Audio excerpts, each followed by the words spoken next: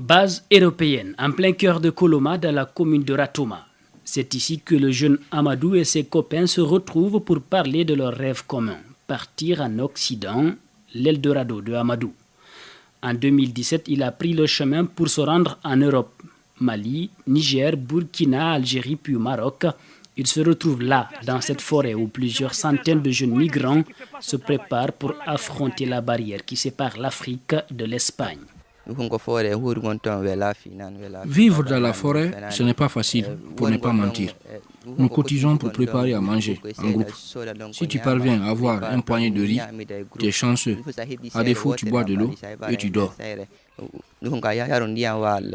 Parti de son pays à seulement 17 ans après un décrochage scolaire, le jeune Amadou affronte la dure réalité de l'aventure dans cette jungle. Le voici assis parmi plusieurs autres jeunes migrants.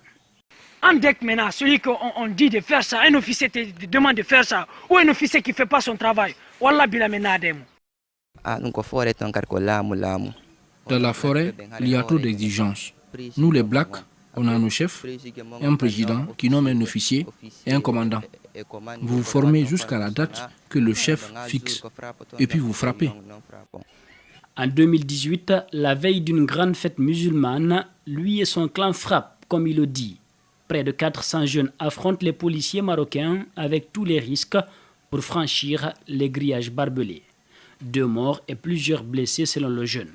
Lui et 200 autres migrants atteignent finalement Ceuta, un territoire situé dans l'Espagne. Le rêve se réalise. Mais la joie ne va durer que 24 heures. Ils seront tous embarqués et retournés au Maroc, puis en Guinée, selon lui, en violation des règles internationales. Nous,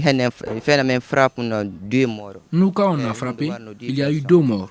D'autres ont perdu leurs yeux. Certains ont eu des fractures. Des gens en meurent directement.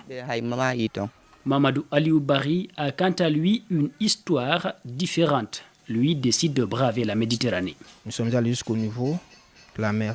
On est rentré. On n'a pas pu monter dans le pirogue. Jusqu'au bord de la mer. Comme vous savez, il y a des patrouilles. Il y a des patrouilles qui viennent 2 fois. Donc quand on a vu les patrouilles, on était obligé de rentrer. Après avoir dépensé plus de 20 millions de francs guinéens avec des passeurs sans succès, il rentre sous la pression de sa famille. Je me suis présenté au bureau d'OM volontairement. Ils ne m'ont pas forcé. J'ai cherché des amis qui m'ont fourni quelques informations. Ils m'ont dit qu'il y a des retours volontaires pour des personnes qui veulent rentrer au pays. Donc je me suis présenté au bureau de OIM. Je les ai tous expliqués. Sur le lendemain, on s'est embarqué.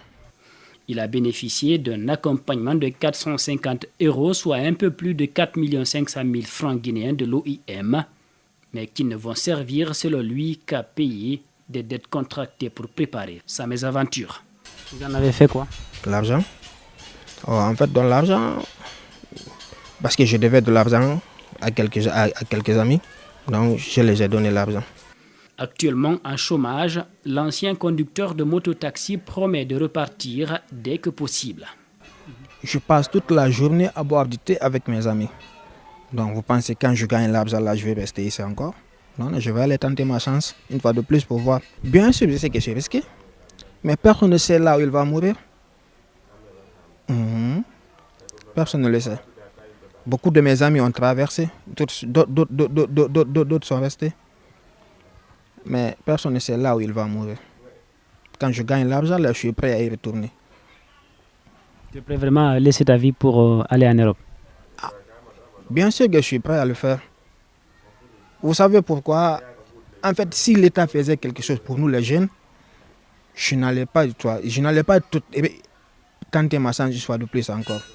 Quant à Amadou, qui n'a bénéficié d'aucune forme de soutien, il est devenu vendeur de fripes à Madina. Peut-être le temps de préparer une autre aventure vers l'Occident. Nos tentatives d'avoir l'Organisation internationale des migrations ont été toutes vaines.